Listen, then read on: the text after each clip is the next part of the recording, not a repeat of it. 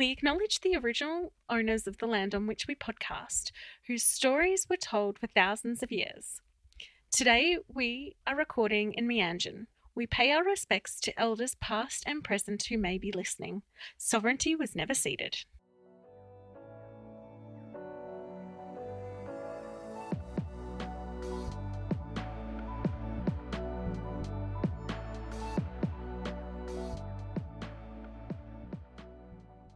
You're listening to What in the NDIS Now, a podcast where I, Hannah Redford, and my friend Sam Rosenbaum interview participants and providers about all things NDIS.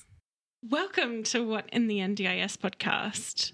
Today on the podcast, we have Carly Anderson to talk with us today a bit about accessing the NDIS. Hello. Hello.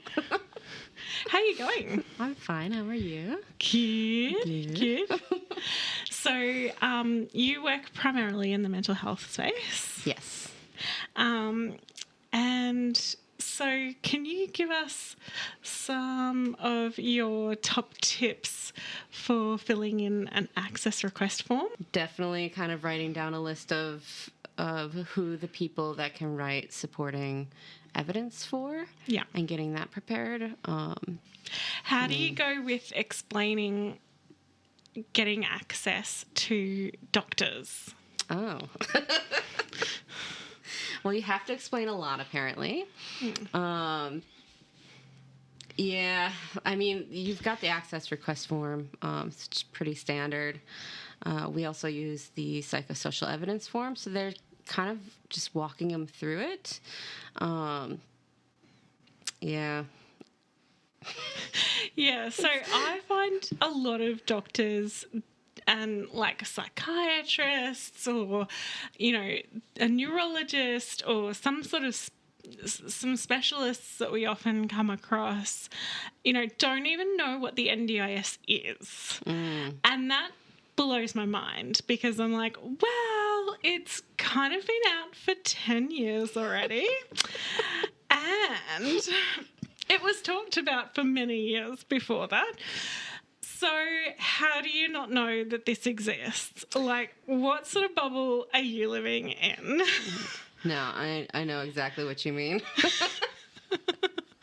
I have to often explain to doctors exactly what NDIS is and what qualifies somebody for NDIS, because when it comes to mental health, there are now really specific things that qualify people to be on the NDIS, and it changes kind of all the time.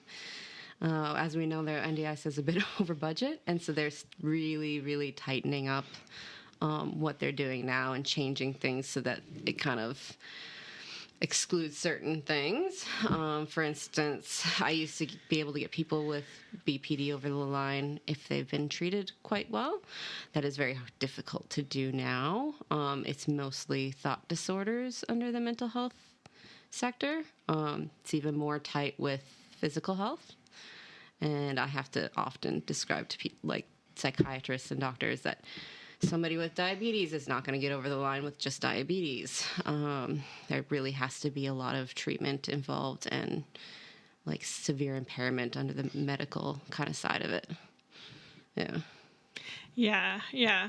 So part of having this podcast is because things change all the time and we're having to keep up with it, and it almost feels like you're running a race and they keep moving where the line is or the goalposts, or depending on what sport you play. They're moving it. And you don't know the rules. And you're like, hang on a second, I've been doing this for ages and I still don't know. I'm still confused. Yeah. So when you say thought disorders are more getting across the line, what are some of those diagnoses that you're seeing getting across the line? Schizophrenia, schizoaffective disorder, sometimes BPAD if it's been treated consistently for a long period of time. Those types of things. Yeah, it's It's getting very difficult. Even with that being said, just recently I had a client who has been diagnosed with schizophrenia in the 90s, didn't make it across the line. So I had to go back over, have the doctor change a couple of things, because I think one of the things she put in there was that early interventions would make a difference with this, and clearly, being that he was diagnosed in the 90s, we're well and truly past early intervention. So I had to bring that back to the doctor and say, look, we need this changed, and this is why. I put in more evidence, so I did a letter myself instead of just the psychosocial evidence form. I also had his mom do the CARES statement, which I think made a fairly big difference. And he is now set to do his planning meeting, so... Yeah. So that's an interesting point, a carer's statement. Yes. What sorts of things do you look for or encourage people to write in a carer's statement? It really kind of depends, but it's mostly around what that person does for the person they care for on a daily basis, and how often it's done, and what would happen if they weren't around, because as we all know, like, people aren't around forever. So that's why we get the NDIS. So yeah, we try to look at those types of things. Yeah. There's a lot of really good questionnaires and stuff too as well on, if you just Google CARES statement, they have like a step-by-step kind of thing. So I often bring that and just fill it in. Ooh, that's a really good tip. I like that. Makes my job easier. Yeah, well, I think anything that makes it easier to apply, because it is a bit of a process. So I know when I support people to get access, you've got to start with, what is the supporting evidence we've got? Yes. What do we need to get? Yeah. Who are we going to get to fill in the access request form? Because also who fills it in makes a big difference. Yeah. Because your general GP is good as a last resort. Yeah. But the NDIS don't really like your GP. Yeah. They more so want, specialists like psychiatrists and stuff. So my first go-to is a psychiatrist. If they have a case manager, I'll have the case manager fill something out as well. If the GP has covered their mental health at all, then I'll have the GP do a letter as well. Yeah. And those are kind of your main clinical area, so like the section A.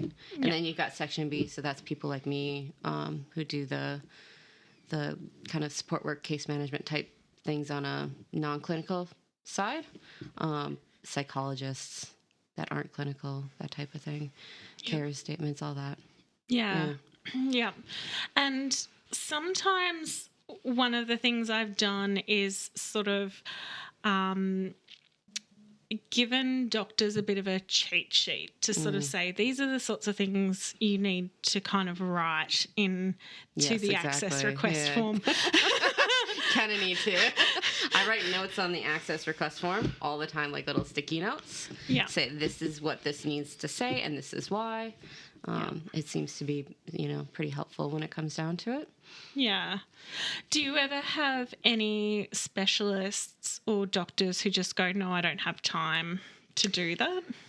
I recently had one, and it was a psychiatrist under case management kind of area who refused to do a letter because the client had autism, and that's what the main diagnosis was. And then they exited the client as well. That client ended up needing more help, and got another case manager, and the new psychiatrist said, yep, that's fine, I will do it. Yeah.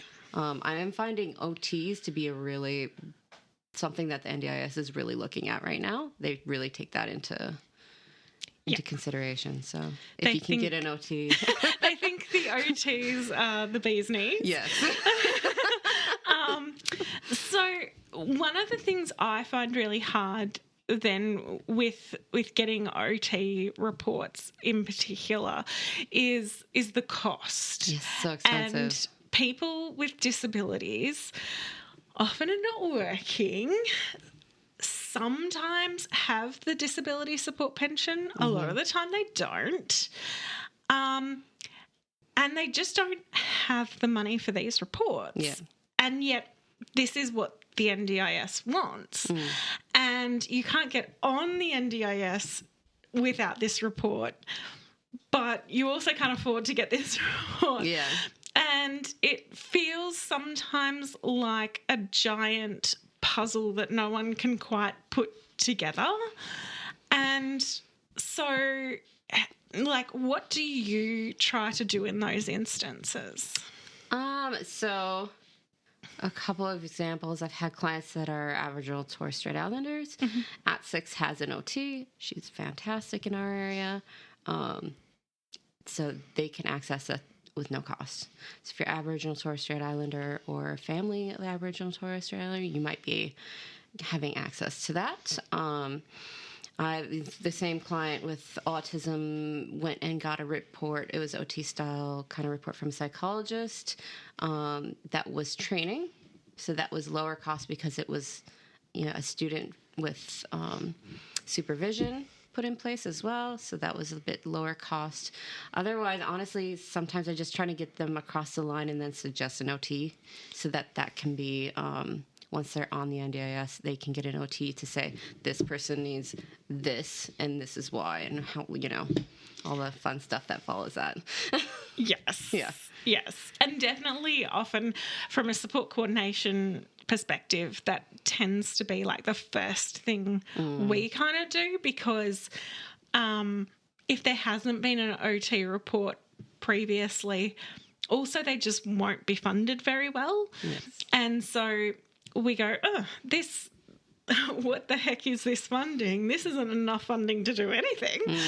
And so, we go and get an OT report and then put in a change of situation and get more funding. But I think getting onto the NDIS is made in the first place is made very tricky for it is. like good reason. Yeah. I think there is a good reason to restrict it a bit, but there's times when you absolutely know this person needs the support and it can be, you're like pulling your hair out going, why is it denied? Yeah. What is happening here?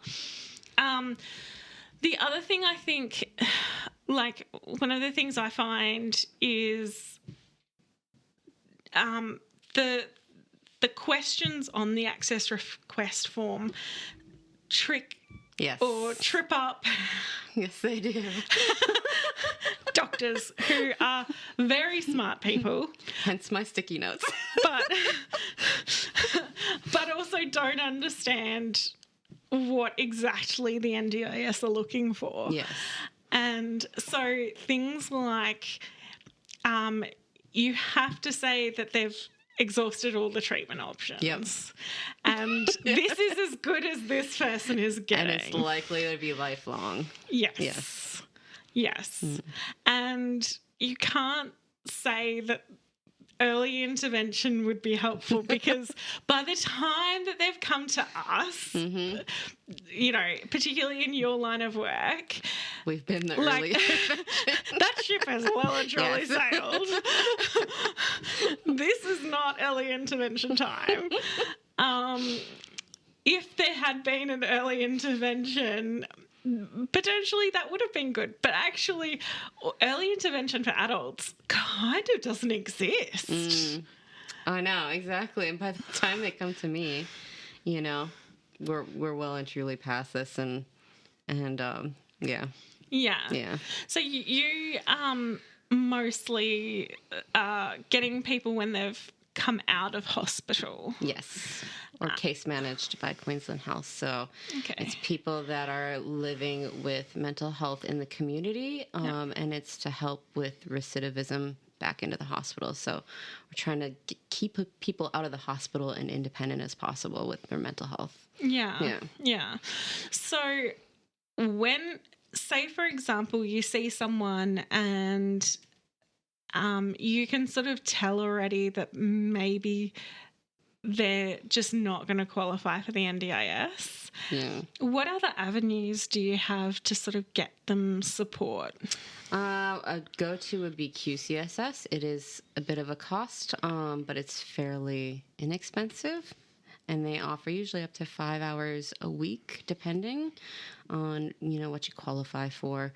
They come in and like help people clean their houses, or take them out to go for a coffee, do some social stuff, take them out to go grocery shopping, that type of thing. Yeah. Also, there's lots of different kind of avenues that are similar to us. We're not ongoing. We're up to a year. So we'll link them in with other places like Stride or Brook Red, like a drop-in center, kind of anything that they really kind of need at the moment. We'll just link them in with whatever services.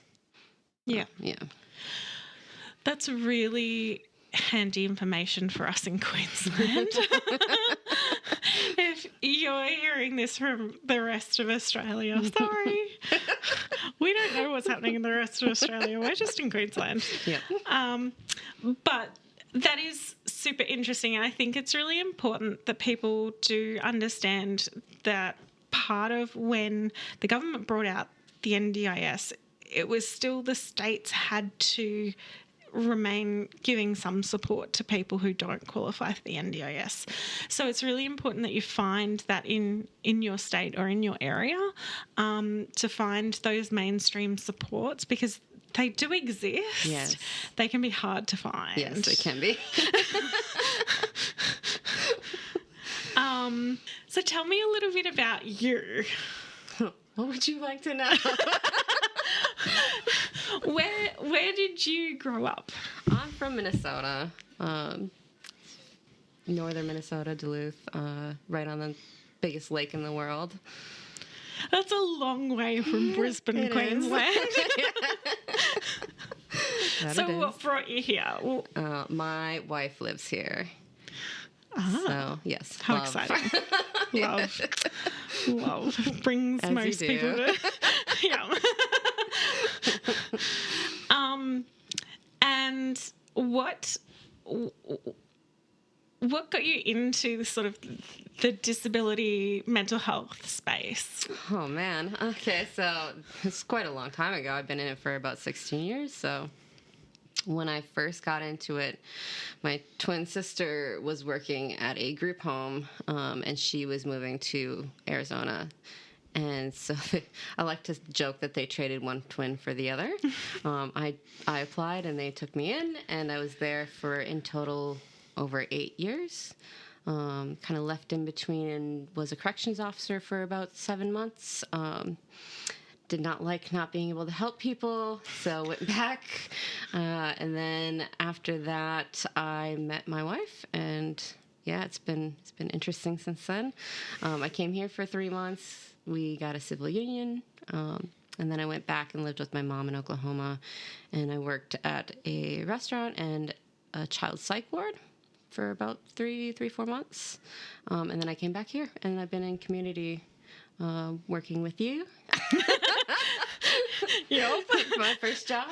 And, with the FAMS program, and yeah. And then I've been at my current job. Yeah. So community outreach since I've been here. Yeah. I think that's really cool.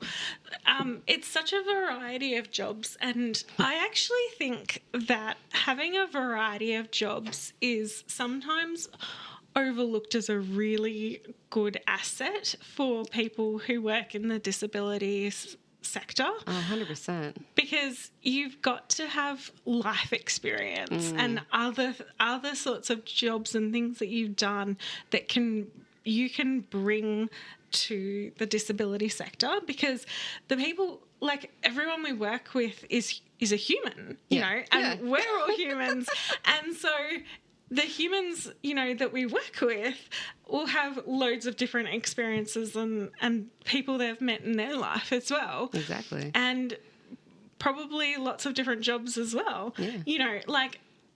my first job was at Officeworks, and so when people talk to me about working in retail, I know exactly what that's like. Yeah. And it's freaking horrible. Yes, exactly. I did things before mental health. I worked at McDonald's for way too long. And worked at a place called Menards, which is essentially Bunnings. Oh, okay. Yeah. So I know about that kind of stuff as well. Oh, nice. Yes. It's varied quite a bit. But yes, it's big on gaining rapport with clients as well, when you can kind of relate to some of these things. And, sometimes you get a bit of respect because you've worked, in the sheriff's department and that kind of thing as well. Can people know how that is and how hard it can be? And, Yeah. it's been helpful, I think. And Yeah. behavioral, working, 8-10 years in behavioral was helpful kind of in all aspects, really. Yeah. It makes it very easy for me to kind of see what my clients' mood is that day and how to, relate to them in that way and that kind of thing. Yeah. And also wrangle your many cats. Exactly. So how many cats exactly do you I have? have 4. I only wanted 2. But you're a sucker when I'm a you sucker. when you do fostering for cats. Yes. And yes. you can't just leave them. I can't. The new thing is a dog. Now we're on to dogs. And Oh, no. I haven't gotten one yet, but wanting to foster dogs apparently now. You don't have a big enough backyard. How are you going to do that? Said. Yeah, well, the wife, she's surrounded in it when she's volunteering. And they know she's a sucker, so that's how we end up with very sick cats all the time to foster. So, yeah. Yeah. It's been a fun time, that's for sure. Yeah. But I think it's super interesting that you do foster cats / animals.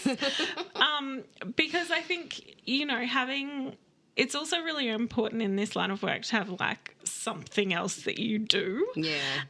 Because if you focus solely on mental health or hitting your head against the brick wall of the NDIS because you can't get people through, you start to lose your mind. It's a bit of self-care, isn't it? Yes. And I always push that to everybody. Like, when you work in mental health, you need to self-care. Yes. Because it can be very draining. Yes. Yes. And so have you got other hobbies? I sew and like knit or that kind of thing. Yeah. Talking about getting into softball. Softball? Well, I used to play all the time when I was younger. Yeah. But yeah, I work with an American guy as well, and he's interested in doing softball. So now we're talking about doing that. Interesting. And, exercise where you can and that kind of thing. Yeah. Yeah. I think exercise is good because it gets it's massive. Everything flowing. Yeah, and it boosts your serotonin levels and, all the fun stuff. Yeah, even just walking. Like, it's not like, we're not talking about heavy exercise. No. Just something really simple. Go for like a 15, 20-minute walk every day. You're good to go. Yeah. That's awesome. Yeah. Is there anything more you'd like to talk about with the NDIS? Oh. Actually, I was bookmarking something because I was going to comment on it with the diagnosis and stuff. We are finding if people are putting PTSD as the main diagnosis and they've been treated quite extensively, that one is getting across the line as well. I'm so glad because PTSD is huge. Often really misunderstood as well. Yeah. So that is great. Yeah, definitely. And it's so common too. Yeah. And I like to say you probably have a little bit of PTSD, at least hypervigilance from some of the jobs that I've done. But yes, it's very common, more common than people think. Yeah. Oh, awesome. That's a really good one. Yeah. Awesome. Great. Well, thank you so much. And for coming all the way to my house to do this. No I worries. really, really appreciate it. I had fun. Thanks. Yeah. Bye. Bye. Thank you for listening. Please share with people you know. You can email us at whatinthendispod@gmail.com. To contact me, it's hannah@tulipcoordination.com.au. And to contact Sam, it's sam@rosenbaum.consulting. Until next time, as the Green Brothers say, don't forget to be awesome.